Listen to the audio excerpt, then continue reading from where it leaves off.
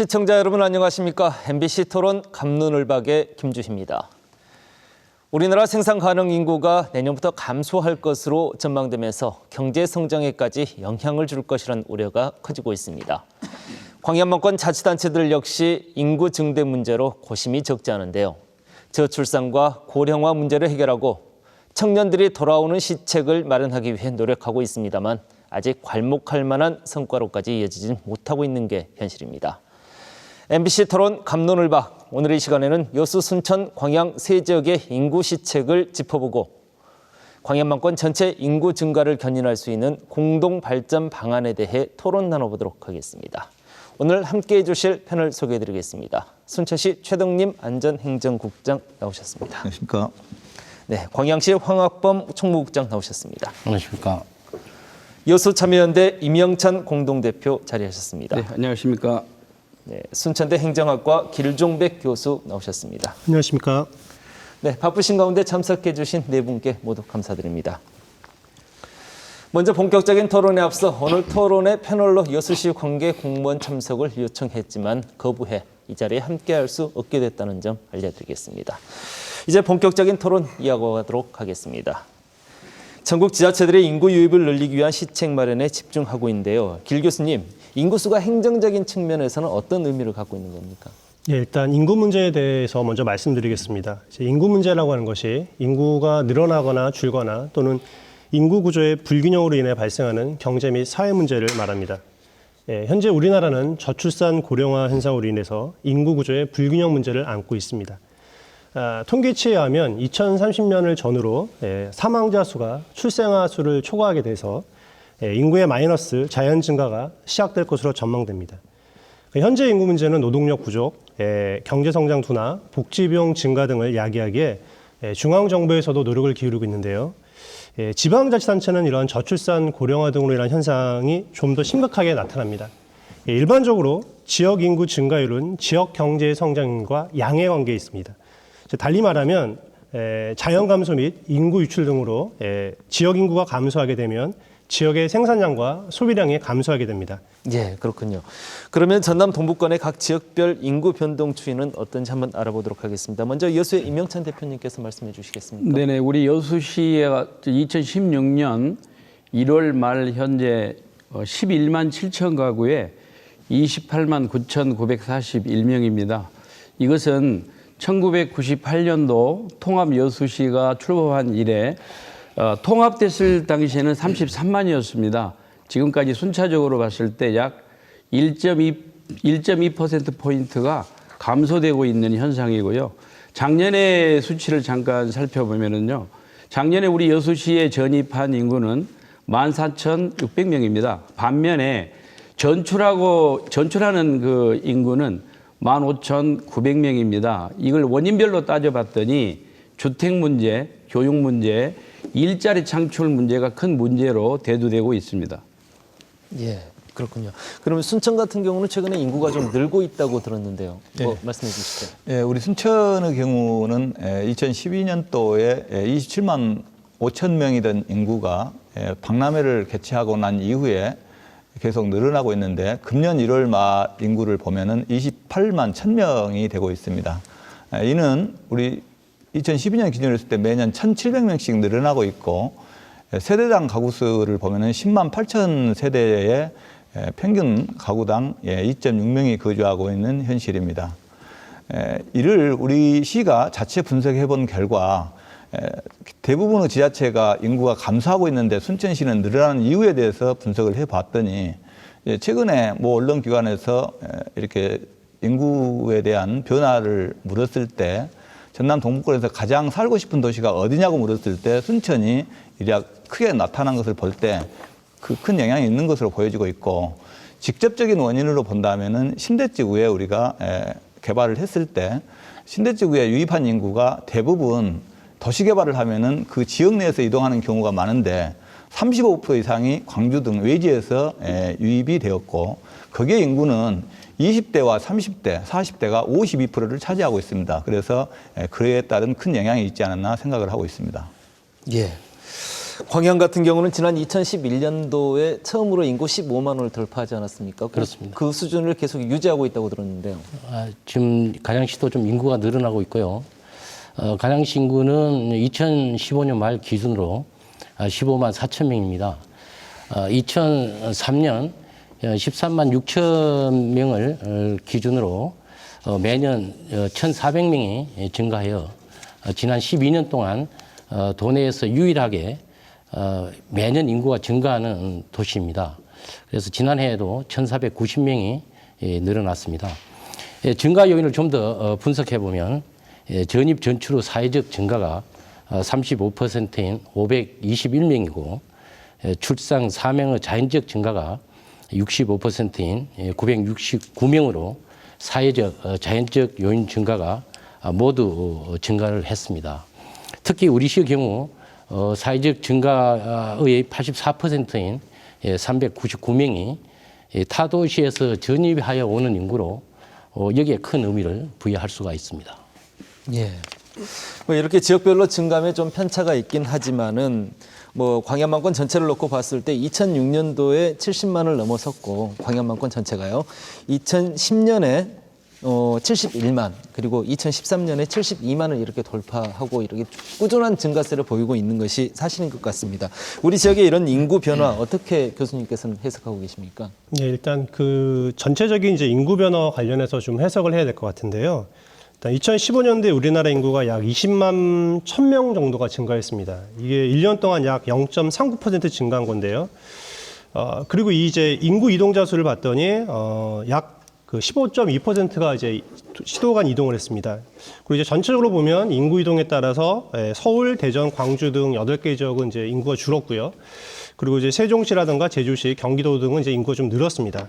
이제 우리 전남 지역을 좀 보면 이제 1998년에 계속 이제 유출이었어요. 그러다 이제 작년에 처음으로 이제 인구가 이제 처음으로 이제 유입이 좀 늘었는데 전년도 대비 약 0.2%가 증가했습니다.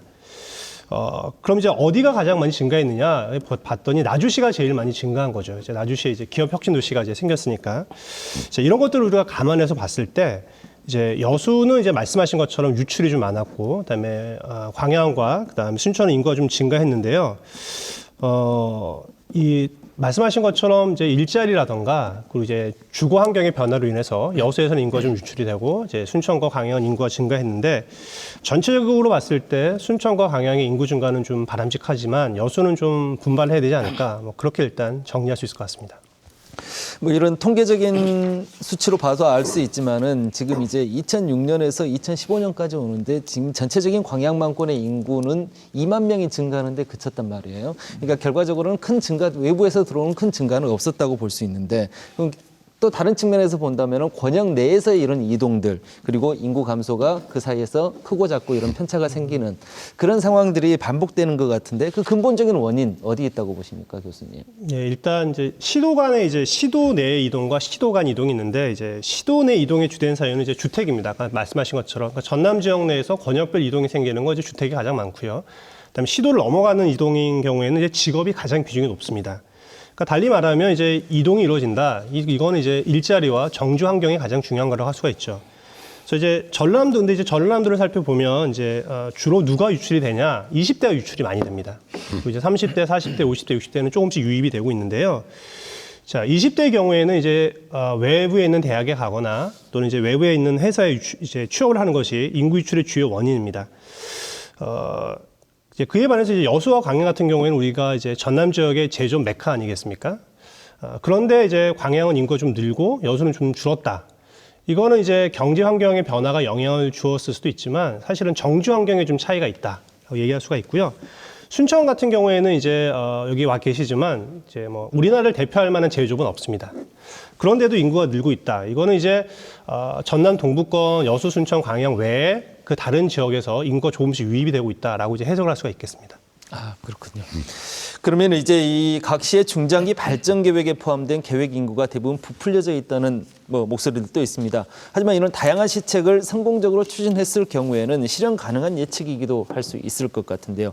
계획 인구 달성을 위한 각 시의 전략은 어떤지 들어보도록 하겠습니다. 먼저 최덕림 국장님께서 말씀해 주시겠습니까? 네, 방금 말씀하신 대로 계획 인구 추정은 매우 중요한 요소인데요. 교수님께서 잘 아시다시피 우리가 중앙 집권 시대 때는 계획 인구를 가급적 늘려야지만 중앙으로부터 지원이 많기 때문에 계획 인구를 도시계획을 수립할 때 늘리는 경우가 많았습니다. 그러나 지방 분권이 된 이후에는 계획 인구를 많이 늘리다 보면은 문화시설이나 도로, 상하수도 등의 공공시설을 확보하는데 그 인구만큼의 크기를 늘려야 되기 때문에 예산이 과다 소요되는 경우가 많습니다. 그래서 이 계획 인구는 지방 분권 시대의 가장 중요한 요소라고 할 수 있습니다. 그래서 우리가 도시계획을 5년마다 재정비를 하는데 순천시 같은 경우 2009년도에 인구가 향후 2025년도에 39만이 될 거라고 계획 인구를 책정을 했었는데 작년에 우리가 지금 도시계획 재정비를 하고 있는데 다시 한번 더 내다 보니 결국은 39만까지는 되지 않겠다라는 싶어서 다시 34만 명으로 조정을 했습니다.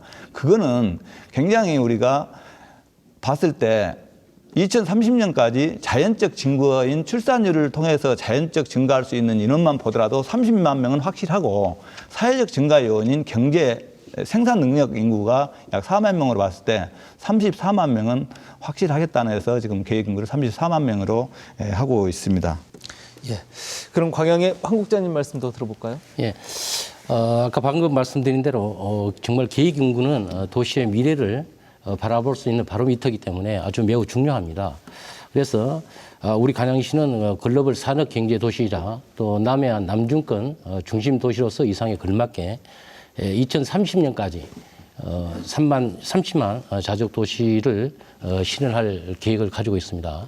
그래서 이를 좀 달성하기 위해서 먼저 아이 키우기 좋은 도시를 표명을 하고 민선 6기 역점 시책으로 선정을 해서 올해는 시정의 최우선 과제로 모든 행정력을 집중할 계획입니다. 그리고 두 번째는 그 양질의 일자리 창출입니다. 일자리 창출이야말로 인구 유입과 동시에 인구 유출을 막을 수 있는 근본적인 처방이라고 생각이 됩니다. 그래서 우리 시는 민선 6기에 들어서 양질의 일자리 1만 개 이상을 목표로 하고 지난해까지 79개의 기업을 유치해서 5만 7천 개 일자리를 창출을 했습니다. 그래서 앞으로 일자리가 또 기업 유치가 전제되어야 되기 때문에 기업을 유치를 하는데 전력을 이렇게 투구할 생각이고요. 이런 시책들만 잘 추진된다면 계획 인구가 달성될 것으로 이렇게 전망을 하고 있습니다. 예. 그러면은 아이 양육하기 좋은 도시, 그다음에 양질의 일자리 창출, 뭐 이 두 가지로 요약을 크게 분류를 해서 이렇게 광양시의 인구 증가 시책을 생각해 볼 수 있을 것 같은데요. 예. 뭐 이런 인구 총량적인 증가가 중요하겠지만은 이제 말씀하신 대로 생산 가능 인구, 이 시책 전체가 전부 다 생산 가능 인구들을 늘리기 위한 시책 아니겠습니까? 그렇습니다. 이런 생산 가능 인구의 증가, 이런 질적인 증가가 굉장히 중요할 것 같습니다. 뭐 생산 가능 인구를 늘리기 위한 시책들 좀 더 자세하게 좀 소개를 해 주시겠습니까? 네. 2015년도 기준으로 해서 우리시 간양 그 평균 연령은 37.8세로 전국 40세에 비해서 낮고 전남도에서도 가장 젊은 도시입니다. 아울러 경제 활동 가능 인구인 15세에서 64세 인구도 전체 인구의 73.4%를 차지하고 있습니다. 이 또한 도내에서 가장 비율이 높은 지역입니다. 이것은 이제 우리 시가 안정적이면서도 양질의 일자리가 있어서가 아닌가 이렇게 생각을 해봅니다. 생산 가능 인구를 늘리기 위해서는 일과 가정이 양립되어야만 할 수 있도록 그 일자리나 주거 환경, 교육이 종합적으로 이루어져야 한다고 생각합니다. 대표적인 예로 올해부터 다자녀에 대한 양육비 지원을 대폭 증액하고 교육 환경 개선 사업을 통해 초중고등학교에 대한 지원을 좀 확대해 나갈 계획입니다. 그리고 지난해 전남 동북권 예술고등학교를 우리 시가 유치하지 않았습니까? 이것만으로도 인구 증가 요인이 될 수 있지만 예술중학교와 대학을 또 유치를 하고 도로미술관의 공간을 활용해서 문화예술로 창작 활동을 할 수 있는 환경만 만들어진다면은 더 큰 시너지 효과를 거둘 수 있을 것이라고 생각을 합니다. 예, 그렇군요. 그럼 순천의 최 국장님 말씀을 좀 들어보겠습니다. 예, 생산 인구를 늘리는 것은 사회적 요인으로서 늘어나는 중요한 요소인데요. 사실 우리 시는 아까 같이 자연 증가분에 대한 것도 상당히 중요하게 생각하고 있는 것은 출산율이 높을 수 있는 20대부터 30대가 많이 올 수 있는 여건을 조성하는 것을 상당히 중점을 두고 있습니다. 그래서 그 계획 인구에 대한 것을 어떻게 젊은 층이 정주 여건에 맞는 일자리에 맞게 올 수 있는지에 대해서 고민을 하고 있고요. 생산적 인구에 늘리는 부분에 있어서는 첫째, 생산적 인구가 늘어나는 요인이 대부분 첫째는 고용이고 두 번째는 주거 기능이고 세 번째는 간병이라고 합니다. 그래서 첫째 고용 문제에 있어서는 우리가 해룡 산단을 개발을 거의 지금 1차 산업단지는 완성을 했고 다음에 이제 도시 주변에 지금은 공장을 유치를 하거나 도시 주변에 있는 산업단지를 리모델링을 해서 산업과 생활을 동시에 할 수 있는 기능을 확보해야 되기 때문에 지금 순천 산업단지를 리모델링을 해서 거기에 산업을 동시 주거 기능까지 리모델링 사업을 추진하고 있고요. 다음에 이제 도심 주변에 있는 도사동에 저희들이 도시 첨단 산업단지를 금년에 착공을 해서 2018년까지 완공할 계획으로 있습니다. 그다음에 이제 해룡 산업단지를 지금 완성을 해서 고용을 늘리고 다음에 이제 우리 순천시는 여수나 광양은 2차 산업 비율이 60%이지만 순천의 경우는 3차 산업이 65%입니다. 그래서 향후 도시의 경쟁력은 3차 산업인 서비스 산업에서 상당히 중요한 역할을 하기 때문에 우리 시에서는 생태 관광 도시로서의 순천망과 순천망은 정원, 그다음에 나간읍성을 포함해서 이런 생태 관광 도시의 기반을 확고히 다지고 거기에 따른 숙박과 음식 서비스 산업을 확충하는 계획을 갖고 있습니다.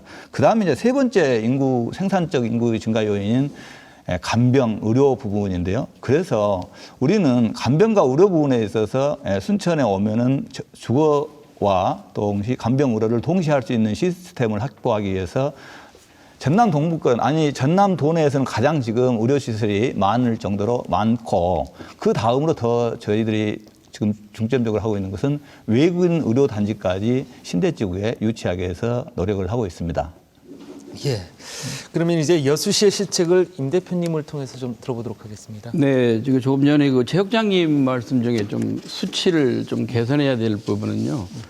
우리 여수시가 1차 산업과 2차 산업의 비율이 45%입니다. 아까 1차가 60%라고 했는데 저희들 여수시가 1차하고 2차 산업을 합해서 45% 정도.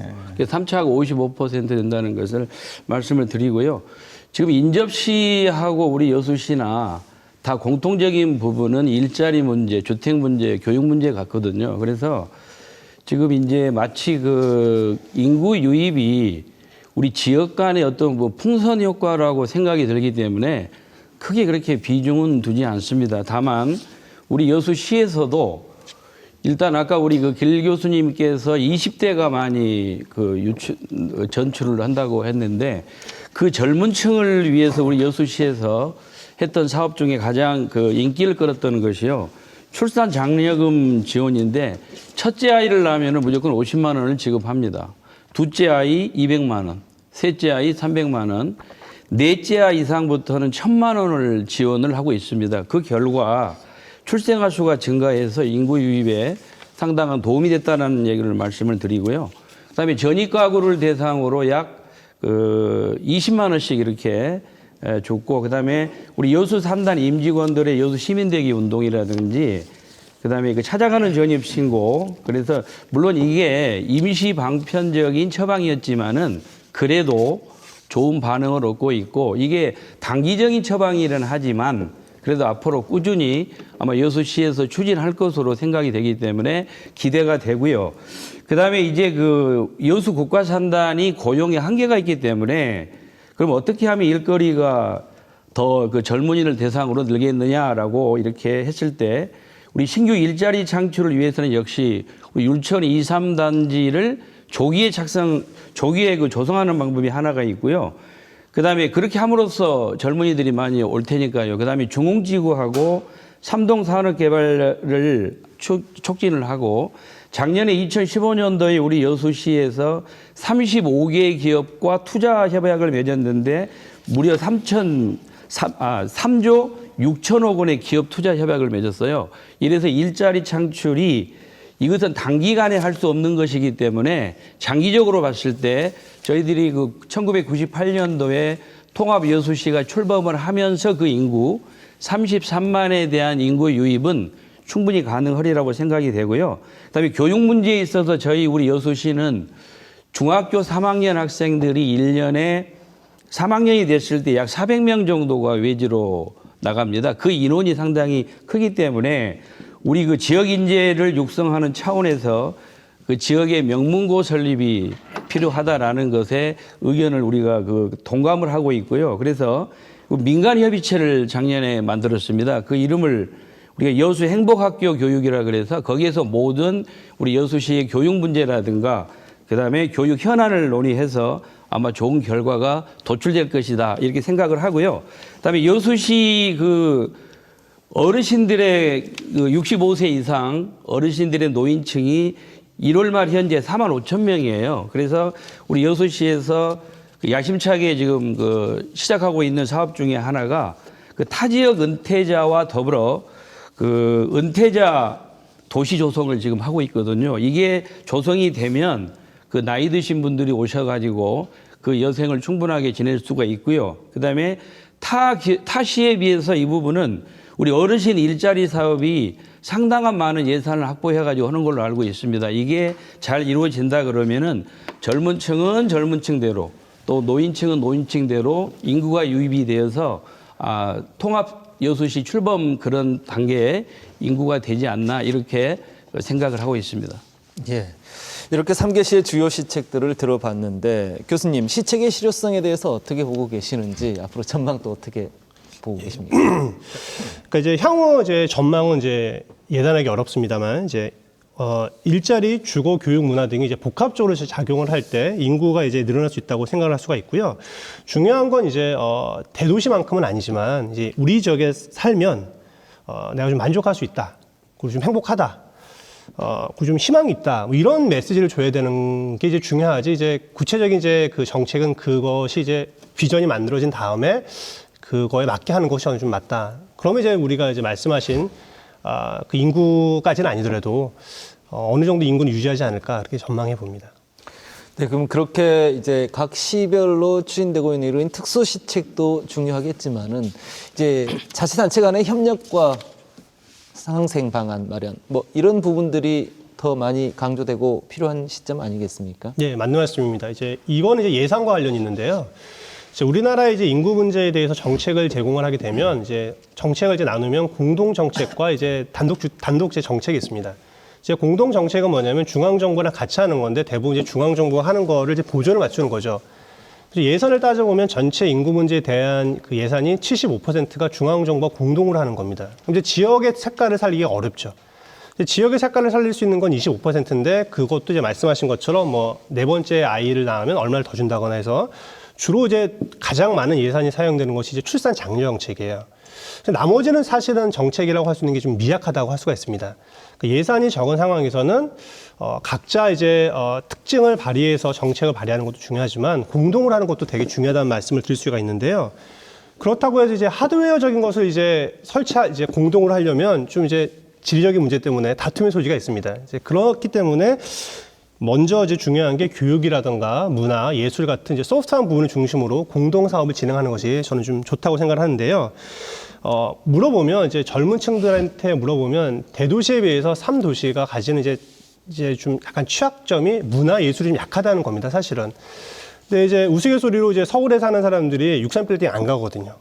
그 대학도 안 간단 말이에요. 그래도 이제 서울에 살면 어떤 걸 느낄 수 있냐면 내가 언제든지 마음만 먹으면 갈 수 있다. 그 심적인 만족감이 아주 중요한데 삼시도 마찬가지죠.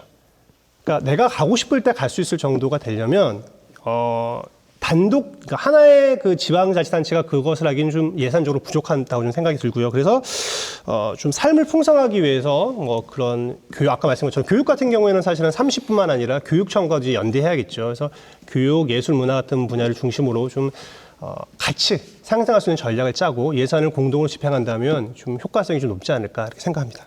자치단체별로 역할의 분담이 좀 필요하다. 뭐 이런 예, 취지로 그럴 수도 이해도. 있죠. 예. 예. 뭐 저희 지역 같은 경우는 방금 전에 이제 교수님께서 말씀을 해주셨지만은 생태, 관광, 항만, 철강, 석유화학 뭐 이런 여러 가지 뚜렷한 장점들을 많이 가지고 있는 것 같습니다. 뭐 임 대표님. 이런 지역의 강점을 좀 부각을 시키고 그다음 또 냉정하게 봐가지고 이런 부분들은 저희 지역의 진짜 단점이다. 여수시의 단점이다. 뭐 이렇게 한번 좀 분리를 해서 말씀을 해줄 수 있겠습니까? 네네. 우리 역시 여수시의 강점은요. 우리가 2012년도에 그 엑스포를 개최하고 난 다음에 좋아졌던 부분이 SOC입니다. 그다음에 지금 관광의 인프라가 어떤 도시에 비해서 잘 갖추어졌고요. 그다음에 컨벤션이라든가 좀 숙박시설이 거의 완벽하게 갖추어져서 작년에 지금 그 우리 여수 지역을 찾는 국내외 관광객이 1,300만 명을 달성을 했고요. 그다음에 우리 그 엑스포장이 320만 명이 관광객들이 다녀가기 때문에 이러한 훌륭한 관광 환경이 조성이 된 것은 가장 큰 강점이라고 생각을 하고요. 그다음에 이제 그 지형적으로 약간 그 아래쪽에 있다 보니까 그 예전에 가장 큰 문제가 교통 문제였는데 이 교통 문제가 충분하게 해결이 됐습니다. 지금 비행기를 타면 1시간이죠. KTX가 지금 3시간 만에 오고요.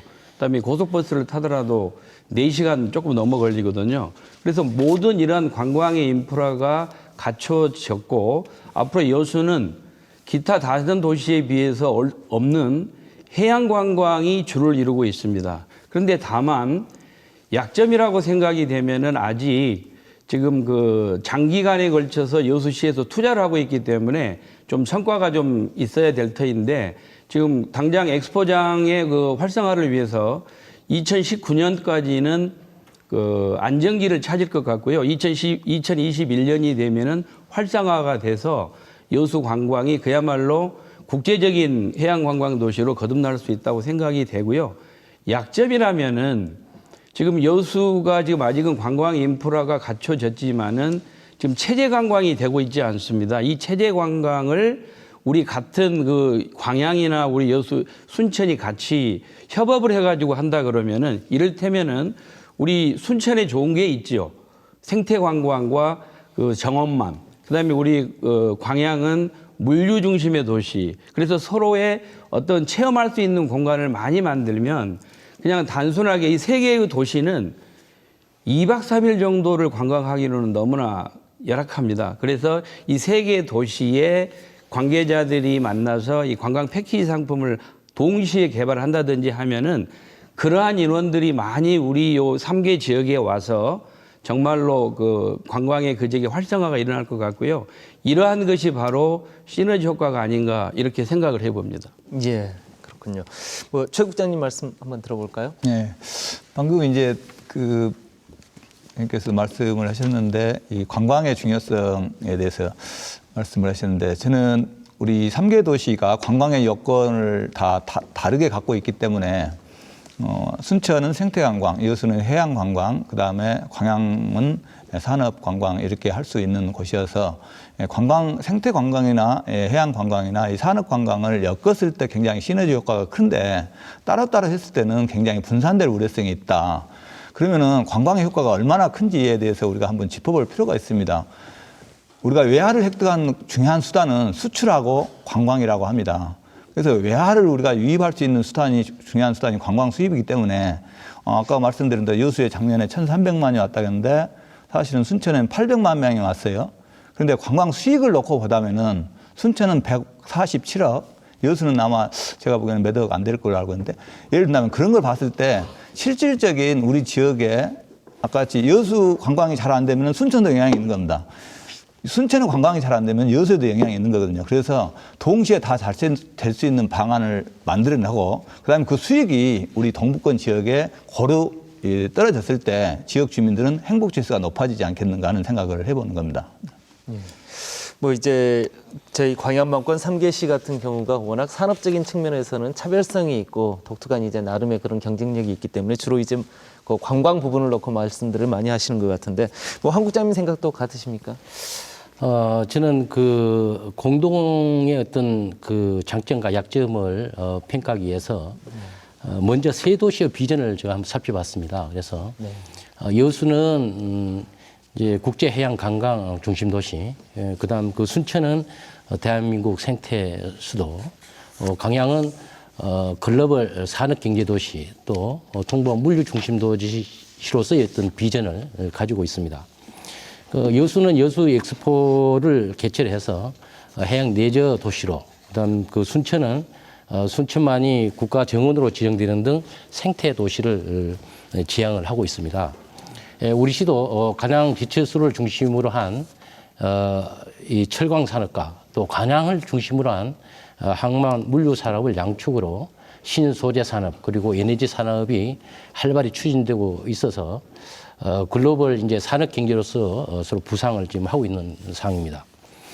이것은 그동안의 도시의 발전 과정과 현재 여건을 충분히 반영한 세계 도시의 강점이라고 저는 볼 수 있습니다. 이를 각 도시의 그 정체성을 인정을 하고 더 부각시켜서 이를 기반으로 도시의 브랜딩 전략을 수립해야 한다고 봅니다. 다만 문화 관광 분야는 아까 두 분께서도 말씀을 하셨다시피 동질성이 굉장히 강하기 때문에 세계 도시가 정책을 공조해서 서로 협력해 나간다면은 상호 생성할 수 있다고 생각이 됩니다. 예, 그렇군요. 길 교수님 어떻게 들으셨습니까? 예, 일단 뭐 새 도시가 협력을 하고, 그다음에 말씀하신 것처럼 관광이라든가 이런 것에 있어서 협력을 해서 발전하는 건 아주 좋은 전략이라고 생각이 들고요. 약간 좀 약간 포괄적으로 봤을 때 각 도시가 가지는 이제 장점들이 있습니다. 이제 관광을 말씀하셨는데 여수는 사실은 이제 석유화학 단지가 있지 않습니까? 그래서 그것이 지금 장점인데 이제 향후 이제 뭐 지금 같은 이제 그 환경이 중시되게 되면 이제 석유화학 산업 자체가 약간 쇠퇴할 수도 있기 때문에 장점이자 단점일 수가 있는데요. 다만 이제 여수는 아까 말씀하신 것처럼 관광 및 레저가 참 큰 메리트라는 생각이 듭니다. 그리고 이제 광양 같은 경우는 이제 포스코가 이제 가장 대표적인 산업인데 잘 아시는 것처럼 이제 장치 산업의 특성이기 때문에 20년 후에 이제 광양이 이 정도로 산업이 유지할 거라고 하는 전망은 좀 다들 단언하기는 어려운 것 같아요. 그러니까 장점이자 단점인데 대신 말씀하신 것처럼 이제 광양은 이제 장점이 뭐냐면 제가 보기엔 인근의 남해라든가 하동 같은 그런 남해안 벨트 지역으로서는 아주 큰 장점을 가지고 있는 것 같습니다. 순천은 이제 말씀하신 것처럼 이제 그 사실은 이제 이 지역에서는 교육 도시로 위상이 높지 않습니까? 그런데 이제 인구가 감소하고 그다음에 이제 대학의 구조 조정이 이루어지면 그 자체가 사실은 좀 치명적이 될 수 있는데 반대로 말씀하신 것처럼 생태 환경이라는 건 참 좋은 자원인 것 같아요. 그래서 지금 이제 각자가 이제 말씀 들어보면 서로 이제 이 세 도시가 좋다고 말씀하시지만 현재는 다른 이제 전남 동부권 지역에 비해서는 좀 리드하는 그 지역이긴 하지만 20년 후에도 과연 그럴까 하는 건 사실은 이제 의문보가 많이 남습니다. 그래서 지금부터라도 뭐 백운산도 되게 좋지 않습니까? 광양에서 이 세 지역을 연계할 수 있는 그런 아까 말씀하셨는데 관광 자원을 개발하는 것도 되게 중요한 전략이고요. 이제 서울에서 이제 이제 지인들이 오면 다들 이제 순천에 왔다가 여수 가고 그렇습니다. 사실 그러니까 이게 한 패키지죠, 사실은. 그런데 이제 그 사람들이 자기가 알아서 개발하는 거지 어떻게 이제 그런 이제 프로그램이 별로 없는 거죠. 그러니까 그런 것을 이제 개발한다면 말씀하신 것처럼 더 많은 이제 그 관광하시는 분들이 올 수 있을 것 같고 그래서 이제 새 지역이 좀 더 이제 잘 발전할 수 있지 않을까 그런 생각을 해봅니다. 네. 그럼 인구 증가를 견인할 수 있는 지역 간의 공동 정책은 무엇인지 각 시별로 한번 들어보도록 하겠습니다. 먼저 최덕림 국장님께서 말씀해 주시겠습니까? 저는 이제 평상시에 우리 광양망권에 대해서 향후 아까 길 교수님께서 말씀하듯이 지금 현재 이 상태로 갔을 때 우리가 경쟁력이 있을 것인지에 대해서 항상 의문을 품어왔습니다. 근데 제가 이 굉장히 강점을 갖고 있는데 가장 큰 장점은 우리가 같이 말씀한 대로 인구 유입하는 데 있어서 가장 중요한 요소가 고용이라면은 고용인 이 산업단지 부분을 어떻게 할 것인가 부분이 상당히 중요하다고 하는 겁니다. 지금 현재 광양망권의 C자형으로 이렇게 벨트로 구성되어 있는 산업단지를 보면 광양, 여수, 순천의 전체 국가가 지정한 면적이 5,400만 평입니다. 이 중에 현재 개발된 면적은 2,700만 평이고 나머지 67%가 아직 개발이 안 된 면적으로 되어 있죠. 그렇다면은 아까같이 5,400만 평이 다 개발이 됐을 때는 광양망권의 고용 인력은 이보다 배 이상 된다고 보는 겁니다. 그러면 이것을 왜 3시가 나눠져 가져 있기 때문에 세계에서 가장 큰 것처럼 안 보이지만 이 3개시가 공동으로 이걸 관리한다고 보면 5,400만 평은 세계에서 가장 큰 산업단지 규모입니다. 그랬을 때 이 세계에서 가장 큰 산업단지 규모를 어떻게 관리할 거냐의 문제죠. 그러면 지금 현재는 각 시별로 나눠져 있기 때문에 경제진흥과나 뭐 이렇게 과 단위에서 관리하고 있는데 이것을 도시연합이나 이런 형태를 통해서 정 통합은 어렵다면 도시연합의 형태를 통해서 관리를 한다면 최소한 부산이나 이런 연천이나 이런 데보다 같이 국단위 이상이 이 배후 기능을 지원해 줬을 때, 이 산업시설을 지원해 줬을 때, 또 그렇죠 안 된다면은 전남도가 이 5,400만 평의 이 산업단지의 지정은 전남도의 전체의 61%를 차지하거든요. 그러면은 이렇게 2시간 이상의 거리에서 전남도가 투자유치나 산업단지를 조성하는 것을 할 것이 아니라 전남 동구권에 이 투자유치국이나 경기환경국이 와야 된다고 본 거죠. 그래서 광양만권 경제자유구역청과 전남도 투자유치국, 경제국, 그리고 우리 광양, 여수, 순천의 도시연합 사무국이 동시에 이 유치를 한다면 세계적인 산업도시 시설을 관리하고 고용이 되고 그에 따른 인구를 우리가 유입을 해서 행복한 도시를 만들 수 있지 않겠는가. 저는 이것을 지금 사실은 도시연합 같은 경우 하긴 뭐 국가도 연합을 하니까 유럽도 연합을 하지 않습니까요? 그렇다면은 최근에 2011년도에 그 간세 일본 도시연합이 구성돼 가지고 지금 운영되고 있는 걸로 알고 있거든요. 거기는 도쿄부, 오사카부 2부 5개 현이 이렇게 연합을 해서 운영이 되고 있는데 또 그렇다면 이 연합 형태를 보고 지금 우리나라에서도 또 지금 준비를 하고 있는 곳이 있는데 경상남북도와 울산, 부산, 광역시 5개 광역 도시가 연합을 해서 경제 공동체를 구성하려고 하고 있거든요. 그러면 이 시점에 우리는 정말 아까같이 중요한 산업시설, 세계적에서 가장 큰 산업시설을 갖고 있는 이 섹터를 도시연합의 형태로 준비를 해야 되지 않을까 하는 생각을 평소에 해봤습니다. 예, 그렇군요. 상당히 의미 있는 말씀을 해주셨는데 이제 도시 연합 부분에 대해서 언급을 해주셨어요. 황 국장님께서는 지역 인구 증가를 위해서 지역 간의 이런 공동 정책으로 어떤 부분을 생각하셨습니까?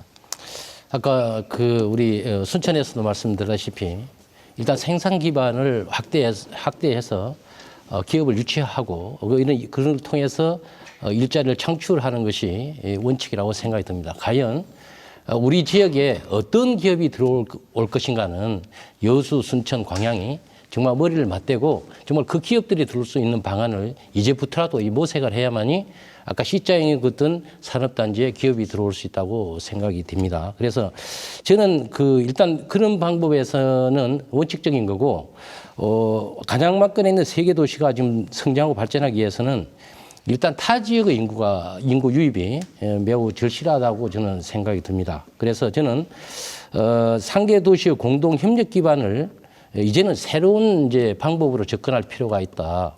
예를 들어서 제가 한 아이디어를 낸다면은 세 개의 도시가 공동으로 인구 이동의 오디 분석을 통해서 즉 전출과 전입지를 파악해서 어디서 왜 오는지 또 왜 나가는지를 면밀히 분석해서 맞춤형 시책 개발이 매우 중요하고 이 시책에 따라서 체계적인 대응이 필요하다고 생각이 됩니다. 그리고 지금 민선 6기 들어서 이런 조짐들이 보이고 있지만은 여수, 순천, 간양시 행정협의를 통해서 정기적으로 인구 증가에 따른 정책적 공조를 좀 실행을 하고 공동으로 일자리 박람회 개최와 도시 마케팅 등을 할 수 있는 실행 가능한 것부터 추진해 나가야 하는 것이 바람직하다고 생각이 됩니다.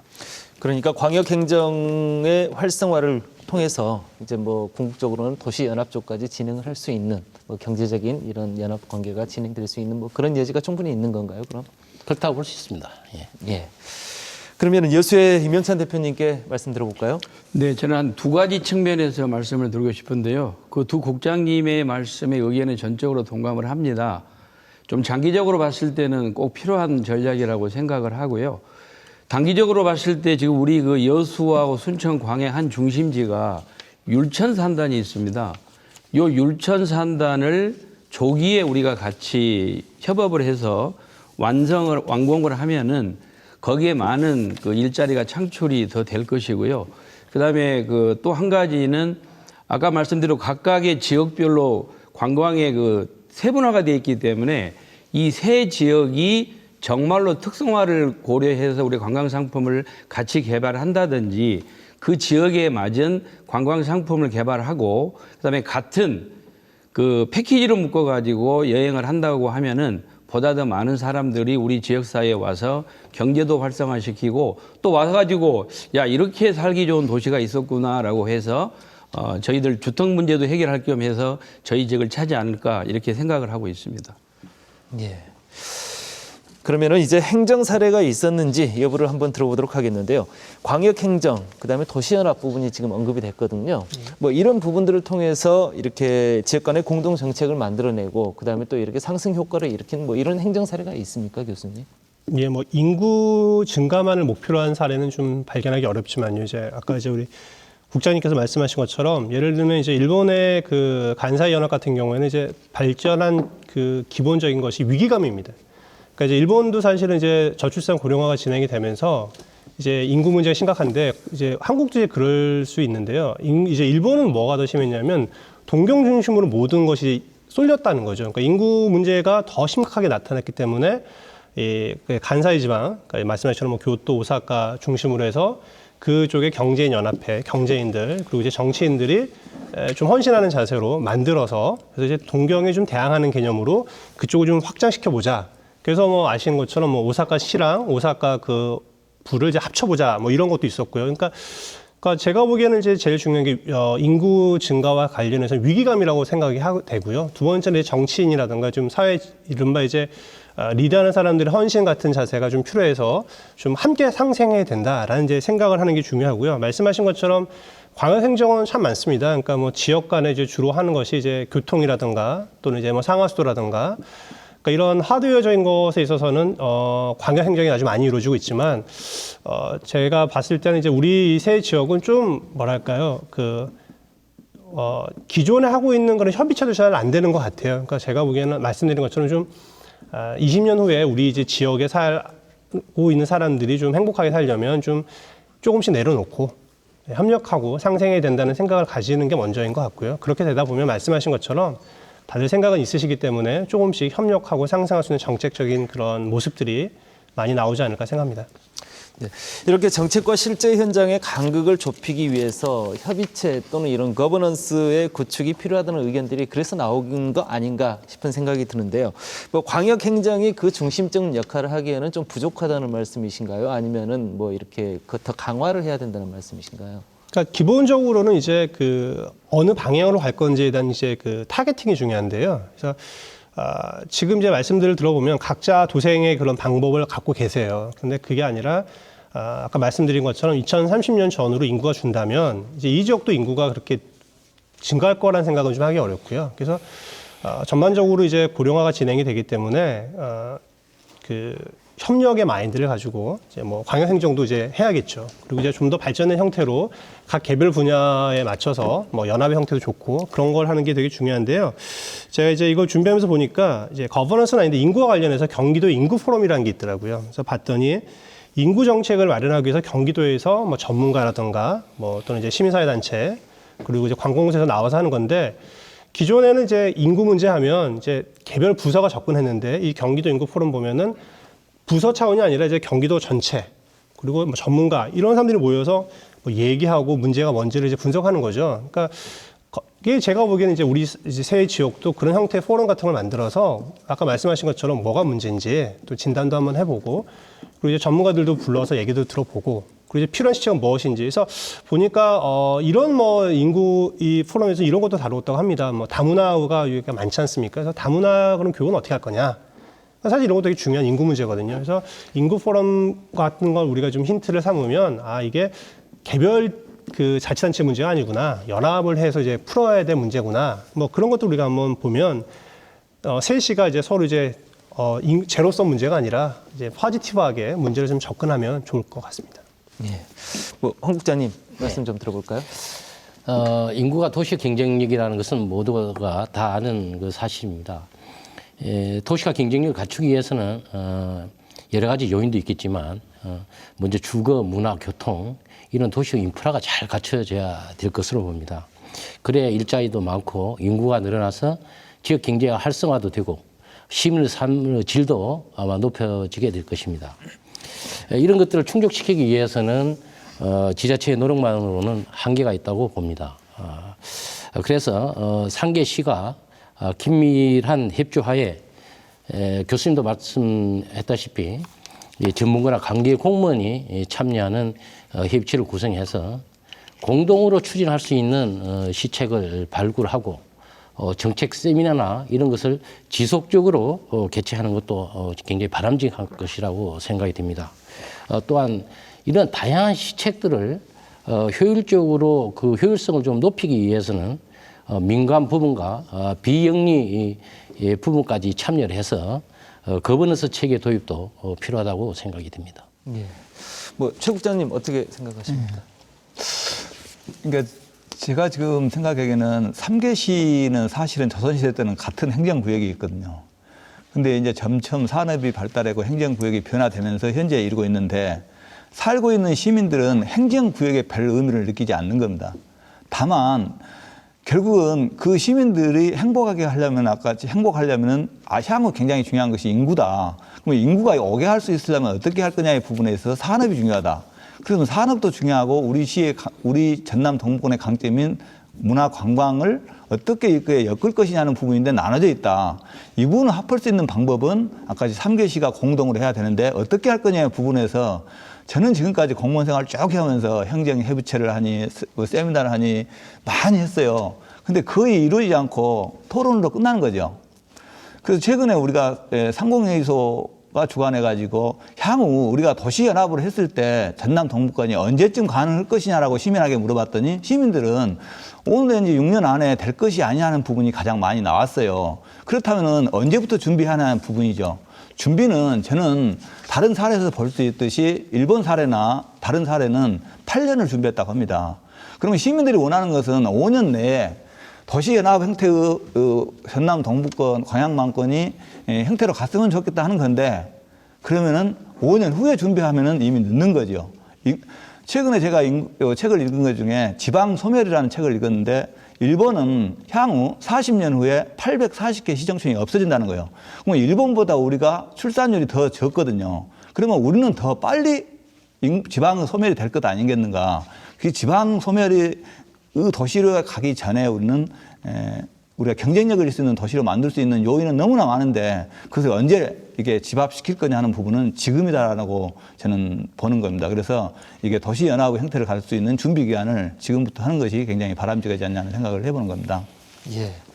뭐 임 대표님, 제가 네. 시민사회 대표로서 뭐 이 부분에 대해서 많은 고민을 해보셨죠? 네, 지금 많이 고민한 내용인데요. 지금 현재 여수시, 광양시, 그다음에 순천시가 행정협의회가 있는 걸로 알고 있고요. 또 다음 주 17일 날 열린 걸로 알고 있는데 거기에다가 자꾸 이렇게 모든 그 협의체를 만드는 것보다도 거기에다가 더 좀 추가를 해서 또 민간인이 필요하다면 민간인이 필요하고 또 그다음에 일회성으로 끝날 것이 아니고 좀 더 심도 있고 상시적인 그 상설기구를 만들어서 거기서 어떤 토론이면 토론, 그다음에 거기서 모든 정책을 3개시가 모여가지고 도출이 되면 이 도출을 토대로 해서 모든 정책이 이루어질 수 있도록 장치가 필요하다고 생각을 합니다. 그냥 회의만 끝나고 말 것이 아니고 이것을 상시적으로 만드는 그런 체계가 필요하다고 생각을 합니다. 예. 뭐 이렇게 순유입 인구를 늘리기 위해서 이제 정주 기반도 구축을 해야 되고 그러기 위해서는 또 이제 도시연합이 이제 선행이 되면서 같이 이렇게 병행해서 추진이 된다는 말씀들을 이렇게 쭉 해주셨는데 뭐 순유입 인구를 늘리기 위해서 정주 기반 구축을 연계하는 전략도 뭐 있을 것 같은데 뭐 교수님께서 좀 소개를 해주시겠습니까? 뭐 아까 말씀하신 것처럼 이제 좀 내려놓는 자세가 중요한 것 같아요. 이제 약간은 그렇게 하면 좀 활성화할 수 있는 문제가 많은데요. 이제 어떤 사례가 있냐면 이제 독일 같은 경우에는 이제 찾아가는 음악 학교라는 것이 있어가지고서 이제 저희가 이제 그런 문화적인 것 예술이 약하지 않습니까? 그래서 이제 다양한 분야의 예술 음악 교육을 서로 이제 연계해서 제공을 하는 거죠. 또는 뭐 이제 우리나라 지방자치단체 중에서도 이제 문화나 이런 데 있어서는 이제 예를 들면 여수나 순천이나 광양이나 문화회관이라는 것이 있는데 보면 다 각자 사업을 합니다. 근데 이제 그러면 아무래도 경쟁력 있는 이제 그런 예술 단체를 데려오기 어려워요. 그러니까 이제 우리나라에서도 이제 여러 자치단체에 있는 문화회관이 협력을 해서 공동으로 구매를 해서 이제 공연을 보게 하는 거죠. 아니면 공동으로 제작을 한다거나. 그러니까 상생 협력할 수 있는 분야가 말씀드린 것처럼 소프트웨어 분야부터 찾아서 가면 그래서 사람들이 우리가 이제 이게 하나고 말씀하신 것처럼 어우러져 사는 것이 훨씬 더 우리에게 좀 좋구나라는 걸 이제 느끼게 해준다면 이제 주민들도 마찬가지고 정치인들도 좀 더 이런 협력하는 그 방안을 좀 더 강하게 밀어붙이지 않을까 그렇게 생각합니다. 예. 뭐 도시 간의 공동 상생을 위한 인구 시책 추진을 위해서는 시민들의 공감과 협력 뭐 가장 우선돼야 되지 않겠습니까? 뭐 그런 측면에서 뭐 최 국장님께서 정리를 좀 한마디 해주시죠. 네, 결국은 시민들께서도 이게 출산율을 장려하기 위한 그 뭐 아이를 기를 수 있는 경제 기반을 만든다할지 또 여성들이 출산과 그 직장을 양립할 수 있는 기반을 만든다할지 다음에 남편이 육아에 많이 참여해서 할 수 있는 부분을 한다할지 이런 부분을 우리가 인식을 하고 또 생각을 같이 공유하면서 그런 사회 기반 여건을 만들어 나가는 거 매우 중요하지 않을까 하는 생각을 해봤습니다. 네, 황 국장님 어떻게 보십니까? 예, 그 인구 증가는 그 도시의 발전의 척도이자 모든 도시 계획의 기준이 되기 때문에 매우 중대한 문제입니다. 중요한 것은 세계시가 오늘 또 많은 이야기들을 했습니다마는 공조를 해서 타 시도에서 오는 전입 인구가 늘어날 수 있도록 단기적인 대책이 무엇보다도 저는 절실하다고 생각이 됩니다. 간양만까지는 큰 틀에서 상생 발전 방안을 상호 적극 모색을 하고 그것을 행정이 먼저 실천할 때 시민단체나 시민들도 자발적으로 참여하고 협력할 것으로 저는 생각이 됩니다. 예. 뭐 여수 씨 말씀 들어볼까요? 네네. 지금 각 시별로 지역적인 정서가 약간의 차이는 있습니다. 그래서 공동으로 추진할 사항은 공동으로 추진을 하고요. 그다음에 그 지역의 특성에 맞게 지금 오늘 그 공통적으로 나온 이야기가 일자리와 그다음에 그 정주 여건, 그다음에 교육 문제로 집약이 되는데요. 각 지역별로 특성에 맞게 하면서 어느 정도 그 단계별로 또 이 도시가 연합이 돼서 우리가 그 서로가 상생하면서 살 수 있는 그러한 체제가 곧 구축이 됐으면 하는 그런 바람입니다. 네. MBC 토론 갑론을박 오늘은 광야만권 인구 시책을 짚어보고 공동 상생 방안을 모색하는 시간 가져봤습니다.